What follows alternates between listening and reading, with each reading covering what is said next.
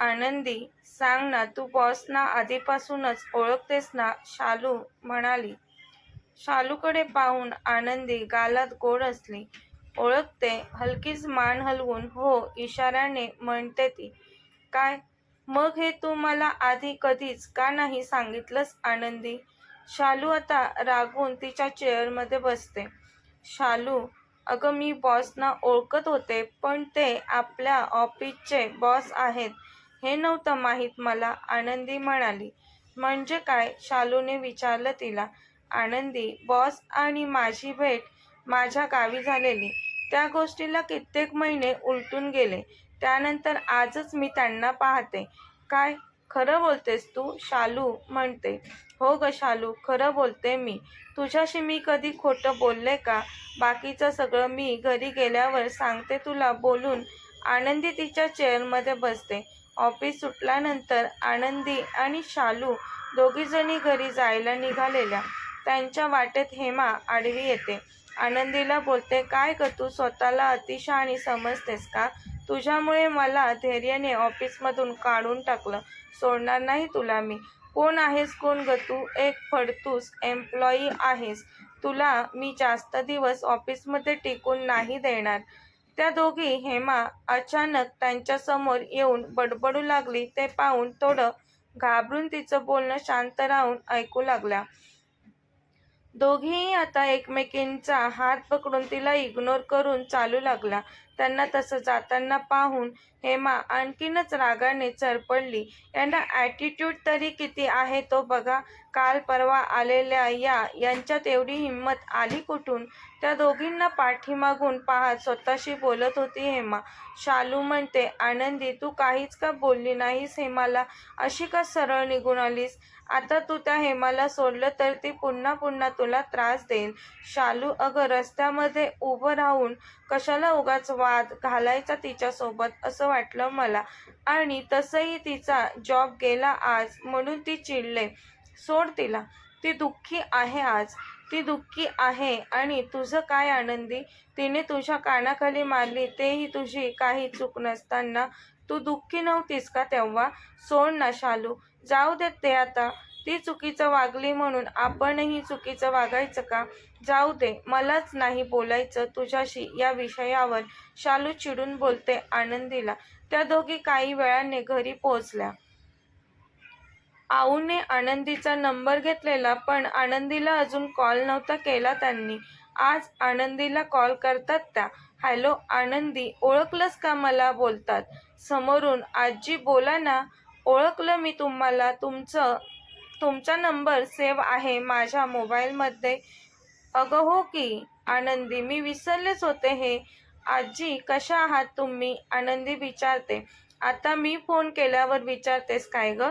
मला तू का नाही कॉल केलास? आनंदी बोलते. आजी करणारच होते पण राहून गेलं कामाच्या गडबडीत. बरं ठीक आहे, काही प्रॉब्लेम नाही. तू ठीक आहेस ना? आणि तुझी मैत्रीण शालू ती कशी आहे? आजी, ती आणि मी आम्ही दोघीही ठीक आहोत, आनंदी म्हणाली. आऊ छान म्हणतात तिला. आनंदी, उद्या संडे आहे, तुला सुट्टी असेल ना? हो आजी, उद्या सुट्टी आहे, आनंदी बोलते. मी काय म्हणत होते, उद्या तू आणि तुझी मैत्रीण दोघीजणी याल का माझ्या घरी? कशासाठी आजी? ती विचारते. अगं सहजच तुला भेटावंसं वाटतंय, येशील ना तू मला भेटायला? आपण बसून खूप गप्पा मारू. लहान मुलांच्या अनाथ आश्रमाला भेट देण्यासाठी सोबत जाऊ. तुम्हालाही थोडं चेंज. याल ना तुम्ही? आऊ पुन्हा विचारतात. आनंदी, मी कार पाठवते तुम्हाला घ्यायला, आऊ बोलल्या. आजी एक मिनिट हा, शालूला विचारून सांगते. हो विचार आता लगेच, आजी म्हणाल्या. आनंदीने हळू आवाजात विचारलं तर शालू म्हणाली, दिवसभर घरात बसून काय करणार? ठीक आहे, जाऊयात आपण. आजी येऊ आम्ही, आनंदी म्हटली. आणि आऊ खूप खुश झाला. आऊच्या मनात काय असेल आनंदीविषयी ते आऊंनाच माहीत. त्या गालात हसत मनात, माझ्या धैर्यासाठी अगदी परफेक्ट आहे आनंदी, पण धैर्याला लग्नाला तयार कसं करायचं? तो लग्नाचा विषय काढला की काहीच बोलत नाही. काय चालू आहे त्याच्या मनात ते त्यालाच माहिती. तो कुठे त्याच्या मनाचा ठाव लागून देतोय? पण आनंदीसारखी गोड मुलगी धैर्यच्या आयुष्यात आली तर धैर्य सुखी होईल. या दोघांना एकमेकांच्या जवळ आणण्याची जबाबदारी आता माझी, त्या दीर्घ श्वास घेत म्हणाल्या. तेवढ्यात समोरून धैर्य आऊला भेटायला आला. काय करतेस आऊ? धैर्यने विचारलं. काही नाही रे, आराम करते मी. चांगलं आहे, तुझे आराम करण्याचेच दिवस आहेत आऊ. धैर्य, मला आराम करून कंटाळा येतो. उद्या तू घरी आहेस तर मी काय बोलते, आपण मुलांच्या अनाथ आश्रमाला भेट द्यायची का? बऱ्याच दिवसांपासून मी नाही गेले तिकडे. मी आलो असतो तिकडे, पण उद्या माझं काम आहे. उद्या घरी नाहीये मी, बाहेर जाणार आहे. काय? आऊ थोडं मोठ्याने म्हणाल्या. तसा धैर्य, आऊ काय झालं? अशी का रिॲक्ट झालीस बोलतो. आऊ कसंच हसत, एवढं काही नाही झालं बोलते. तू उद्या घराबाहेर नाही गेलास तर चालणार नाही का तुला? आऊ, तुझं माझ्याजवळ काय काम आहे ते सांग, मग मी विचार करतो. धैर्य म्हणतो. ते तुझ्यासाठी मी एक मुलगी पाहिली, म्हणजे ती योगायोगाने भेटली मला. मला खूप आवडली. खूप निरागस, छान, सालस मुलगी वाटते मला ती. तुझ्यासाठी मी विचार करते तिचा. काय आऊ? धैर्य म्हणतो. हो धैर्य, लग्न न करण्यासाठी कोणते कारण आहे ते तू सांगत नाहीस. मला काळजी आहे तुझी. तुझं लग्न होऊन तुझा सुखाचा संसार व्हावा, एवढीच तर इच्छा आहे माझी. धैर्य मनात, ठीक आहे आऊ, ती कोण मुलगी आहे तिला बोलव तू, पण मी थोडं तिला माझ्यासाठी पसंत करणार आहे. माझ्या आयुष्यात येईल ती फक्त माझी आनंदी. थांबतोस ना घरी? धैर्य आऊ विचारते. थांबलो असतो, पण खरंच महत्वाचं काम आहे. आऊ, तू बोलवलं आहेस ना त्या मुलीला, मग तू बोलून घे तिच्याशी. पण तिला शब्द देऊ नकोस मी तिच्याशी लग्न करेल असा. मी तिला पाहिल्यानंतर सांगेल तुला. हो हो धैर्य, शब्द नाही देणार मी, पण तू थांबला असतास तर बरं झालं असतं. नाही आऊ, आज नाहीच जमणार मला बोलून तो जाण्यासाठी निघतो. बरं जा तू, पण मी पाहिलेल्या मुलीविषयी विचार कर. आता तो काही न बोलता निघून जातो. धैर्य, तुझ्यासाठी मी एवढं प्लॅनिंग केलं, आनंदीला घरी बोलवलं, तू आज घरी आहेस म्हणून, पण काय सर्व फुकट गेलं. तू चाललास बाहेर, जाऊ देत, आज तुमची भेट नाही झाली तरी हरकत नाही. धैर्य आणि आनंदी, तुमची भेट घडवून आणल्याशिवाय मी थोडी शांत बसणार आहे. मी प्रयत्न करतच राहणार तुम्हाला एकत्र आणण्यासाठी. आनंदीने पाठवलेल्या ॲड्रेसवर आऊ उद्या ड्रायव्हरला कार घेऊन जायला सांगतात.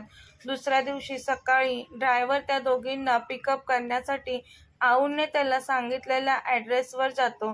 त्या दोघींना पिकअप करून कारखानीस मेन्शनमध्ये घेऊन येतो. त्या दोघी आता मेन एंट्रन्समधून आजीच्या घरी आत आल्या. आजीचं घर पाहून त्या पाहतच राहिल्या. खूपच सुंदर आणि सुखावह वास्तू वाटली त्यांना.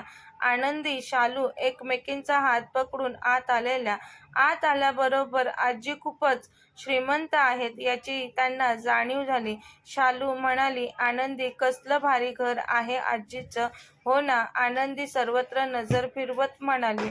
मोठा डायनिंग टेबल, खूप सारं महागडं फर्निचर आणि ठिकठिकाणी लावलेल्या तसंच ठेवलेल्या हाय फाय एक्सपेन्सिव्ह वस्तू, ते सर्व वैभव पाहून तर त्या दोघींचे डोळे दिपले. आजीचा आवाज कानावर पडला. आनंदी, शालू, आलात तुम्ही? बसा ना. तसं त्या दोघी एका सोफ्यावर बसल्या. त्या दोघींसाठी पाणी आणायला सांगितलं त्यांनी. पाणी पिलं. त्यांच्यासाठी नाश्ता आऊच्या रूममध्ये पाठवायला सांगितला. आऊने त्या दोघींकडे पाहिलं, पण त्या दोघींची नजर आऊचं ते मोठं सुंदर घर पाहण्यात व्यस्त होती. आऊ त्यांच्याकडे पाहून हसतच म्हणाली, आवडलं तुम्हाला आजीचं घर? तशा त्या दोघी इकडे तिकडे पाहण्यात मग्न होत्या. त्या आता भानावर येत आजीकडे पाहतात. खूपच छान आहे आजी तुमचं घर, आवडलं आम्हाला, दोघी म्हणाल्या.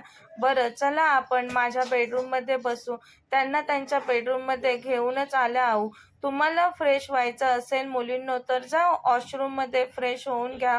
नको आजी, आनंदी म्हणाली. त्या दोघींना आता आजीचं हायफाय घर पाहून खूपच अवघडल्यासारखं वाटत होतं. अशा इतक्या मोठ्या घरात राहण्याची त्यांना सवय नव्हती म्हणून. अगं तुम्ही दोघी लाजू नका, मी आजी आहे तुमची, माझ्यासोबत मन मोकळेपणाने बोला तुम्ही. आज आपण त्यासाठीच तर एकत्र जमलो आहोत, आजी म्हणाल्या. धन्यवाद.